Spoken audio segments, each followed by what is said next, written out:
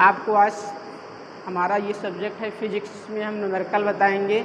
ठीक, फिजिक्स में आपका न्यूमेरिकल जो फार्मूले मैंने बताया था कि आपका गति के समीकरण, ठीक, गति के 3 समीकरण मैंने बताए थे कि आपका पहला समीकरण था v बराबर u प्लस ए टी, और दूसरा आपका क्या था s बराबर u T plus half A T square, तीसरा क्या था v स्क्वायर बराबर u square plus 2as।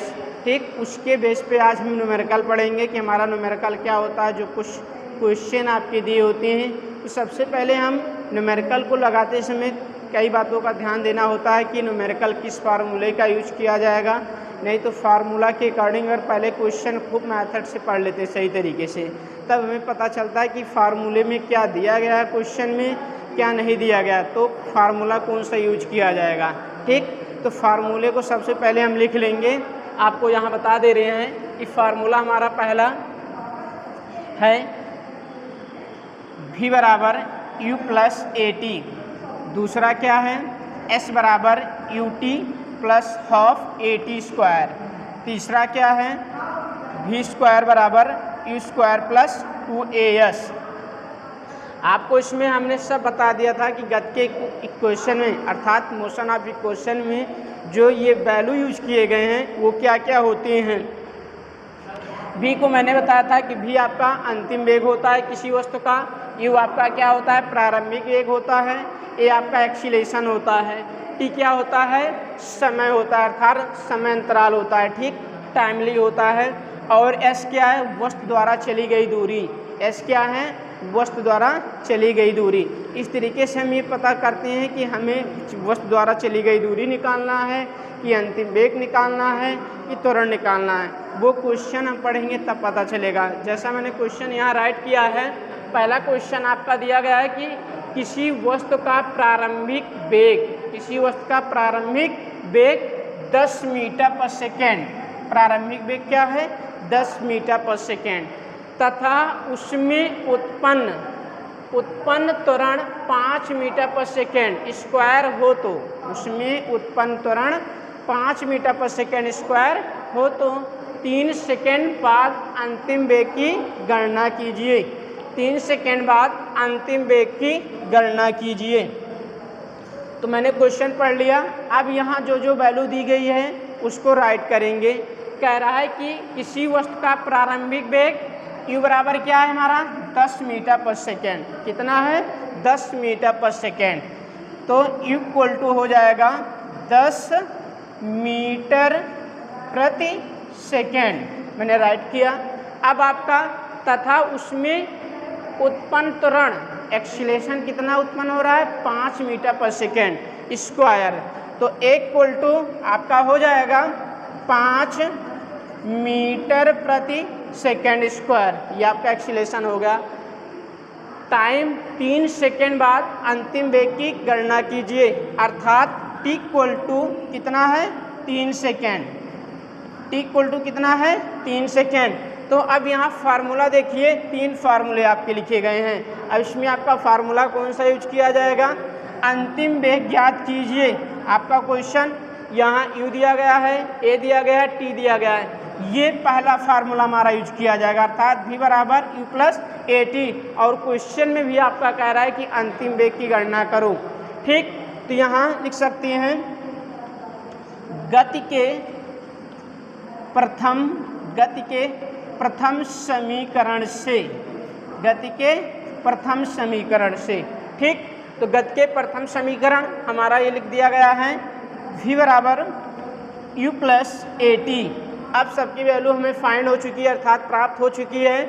u बराबर आपका है 10 मीटर पर सेकेंड, u बराबर आपका इक्वल टू कितना है 10 metre per second, a equal to कितना है 5 मीटर पर सेकेंड स्क्वायर, और t इक्वल टू 3 सेकेंड है। तो यहाँ लिख सकते हैं v इक्वल टू u की वैल्यू कितनी हो जाएगी 10 प्लस उसके बाद a की वैल्यू कितनी है 5 मल्टीप्लाई t की वैल्यू कितनी है 3, तो यहाँ आपका हो जाएगा v इक्वल टू 10 प्लस 5 3 जा 15, 5 3 जा 15, तो यहाँ हम ऐड करेंगे 10 और 15 को ऐड करेंगे तो हमारा कितना होगा 25, अर्थात v इक्वल टू 25 और वेलोसिटी अर्थात वेग की यूनिट क्या होती है, मीटर पर सेकेंड।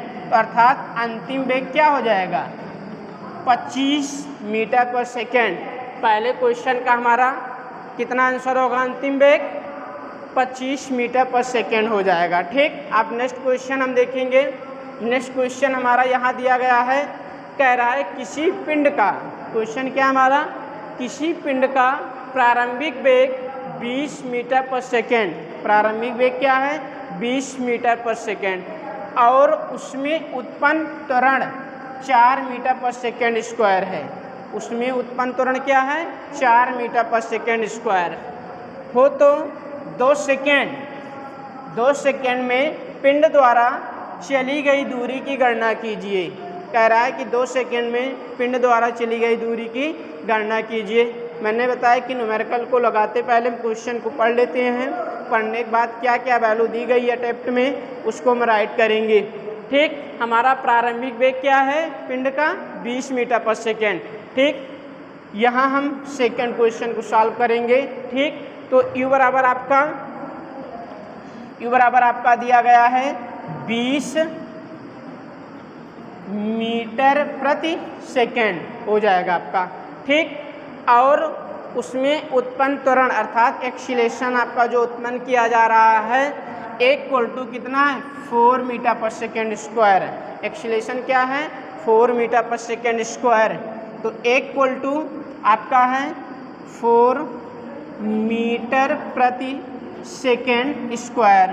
ठीक, और कह रहा है कि 2 सेकेंड में पिंड द्वारा चली गई दूरी अर्थात t equal to 2 second, t equal to 2 second दिया गया है।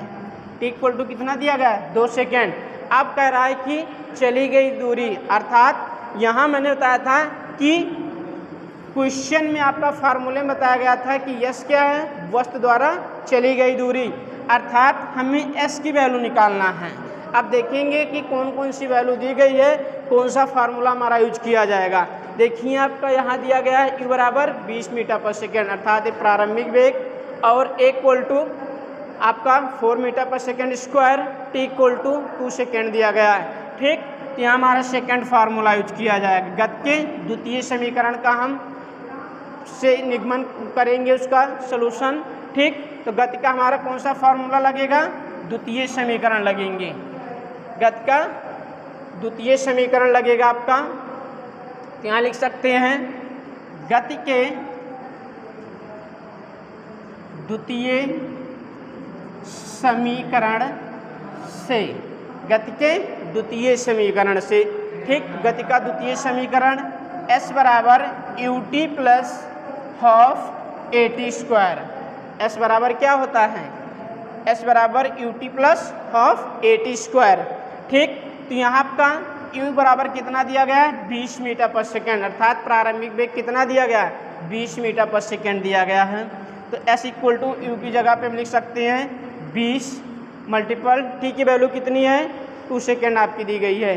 ठीक, तो यहाँ हम कर सकते हैं 2 सेकेंड प्लस 1/2 हो जाएगा। ए एक्सीलरेशन आपका दिया गया है 4 मीटर पर सेकेंड स्क्वायर, तो मल्टीपल 4 मल्टीपल टी स्क्वायर है आपका। तो टी स्क्वायर आपका टी कितना है, 2 सेकेंड है, तो यहाँ हम रखेंगे। ठीक, यहाँ कर सकते हैं 2 का स्क्वायर। तो s इक्वल टू ये हमारा मल्टीपल होगा 22 जा 40 प्लस 1/2 ये हो जाएगा 4 मल्टीपल ये आपका कितना हो जाएगा, 2 का स्क्वायर करेंगे तो 4 हो जाएगा। ठीक, अब यहाँ मल्टीपल में है तो हम कैंसिल कर सकते हैं, 2 2 जा 4 आपका कैंसिल हो जाएगा। तो s इक्वल टू 40 प्लस अब ये 4 2 जा 8 हो जाएगा, मल्टीपल कर लेंगे अर्थात लिख सकते हैं पहले 2 मल्टीपल 4। तो यहाँ आपका हो जाएगा s इक्वल टू 40 प्लस 4 2 जा 8 अर्थात आपका 8 हो जाएगा। अब यहाँ क्या करेंगे, 40 में 8 ऐड करेंगे तो 48 हो जाएगा। ठीक, तो अब हमने बताया था कि वस्तु द्वारा चली गई दूरी अर्थात डिस्टेंस की यूनिट्स आपकी होती है मीटर, इसमें किसमें मेजरमेंट करते हैं, मीटर में। तो किसी वस्तु द्वारा चली गई दूरी कितनी होगी, 48 मीटर हो जाएगी। ठीक, ये हमारा सेकेंड क्वेश्चन का आंसर हो जाएगा। तो फिर से दोबारा इसको रिटर्न से देखते हैं कि हमारा क्वेश्चन था कि किसी पिंड का प्रारंभिक वेग 20 मीटर पर सेकेंड और उसमें उत्पन्न त्वरण 4 मीटर पर सेकेंड स्क्वायर हो तो 2 सेकेंड में पिंड द्वारा चली गई दूरी की गणना कीजिए। अर्थात आपको डिस्टेंस, चली गई दूरी, कितनी डिस्टेंस एब्जॉर्बमेंट कर रहा है उसको फाइंड करना था।